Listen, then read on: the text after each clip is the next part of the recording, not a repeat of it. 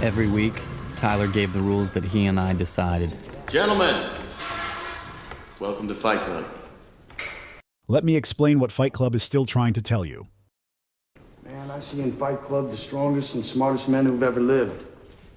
I see all this potential, and I see it squandered. Exactly. There is potential within us, ordinary people like you and me, that we are not using. The natural question is, why aren't we using it? Because we don't see it? Because your mind is messed up. But don't worry, it's not your fault. You see, Fight Club is a film that, when it was released in 1999, wasn't as well known as it is today. Back then, some people thought it was a movie about fighting, rebellion, or a terrorist group. But today, 25 years later, this film is even more suitable. It shows that the way our lives should look has been imposed on us by corporations, society, and simply by other people.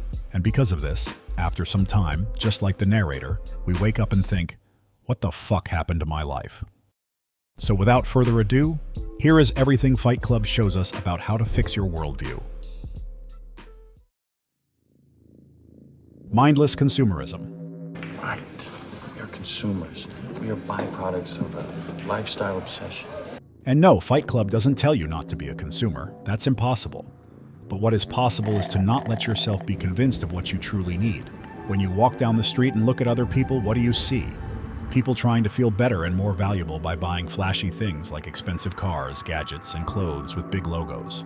They live for show. People naturally tend to compare themselves to others, which in the era of social media leads to defining their worth by what they own. Today we're defined by our Instagram personas or the things we have because we've been programmed to seek validation through our possessions. But isn't true value found in what we can do, what we know, and how we treat others? Advertising has us chasing cars and clothes, working jobs we hate so we can buy shit we don't need. Therefore, the next time your favorite influencer or some brand advertises a great product, you should really consider whether you fucking need it. It's not obvious, but soon we become owned by the things we possess. We start to care about them more than the things that really matter in our lives. Fight Club suggests you consider finding satisfaction in non-material pursuits. What I propose to you is to think about values that offer deeper benefits than consumption alone, like improving health, nurturing relationships, collecting experiences, overcoming bad habits. Because surely you won't tell me that spending time finding out who Kendall Jenner is dating is more important than spending time with your best friend. Because in reality, the most important things in our lives are the things we cannot buy, and the longer you resist this, the worse it is for you.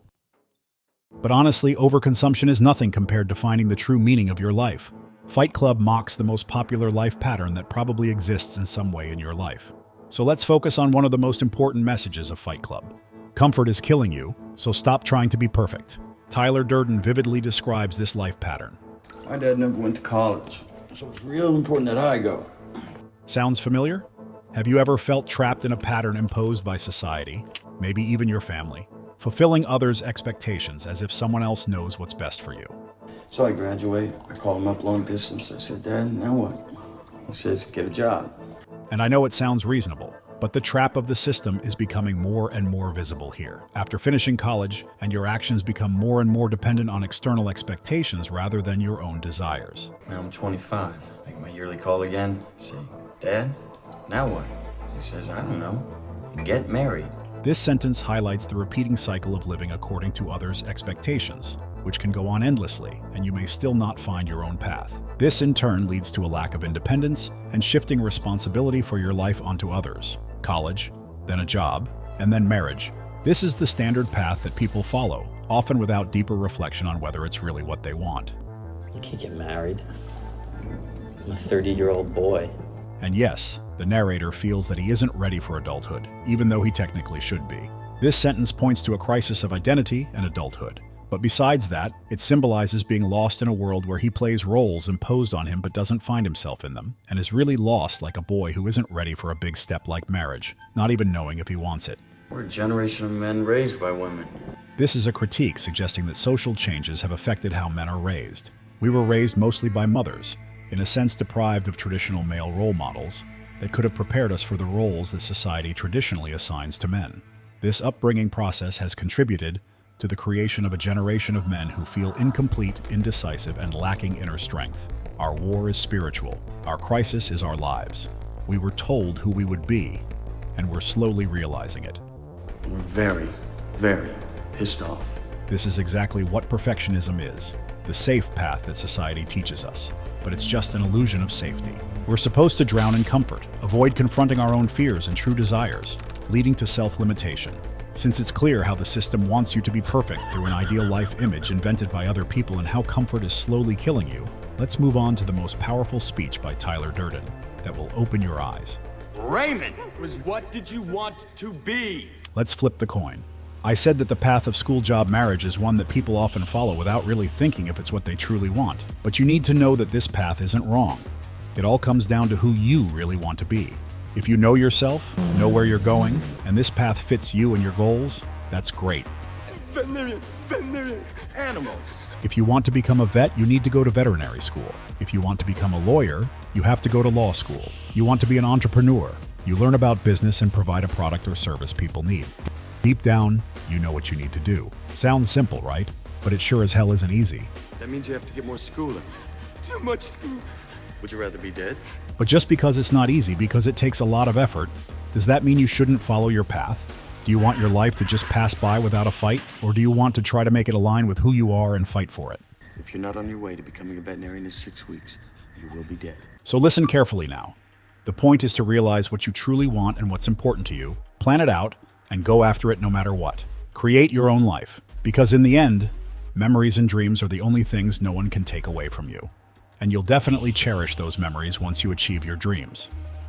And since you already know who you want to be, you should know what you need to achieve it.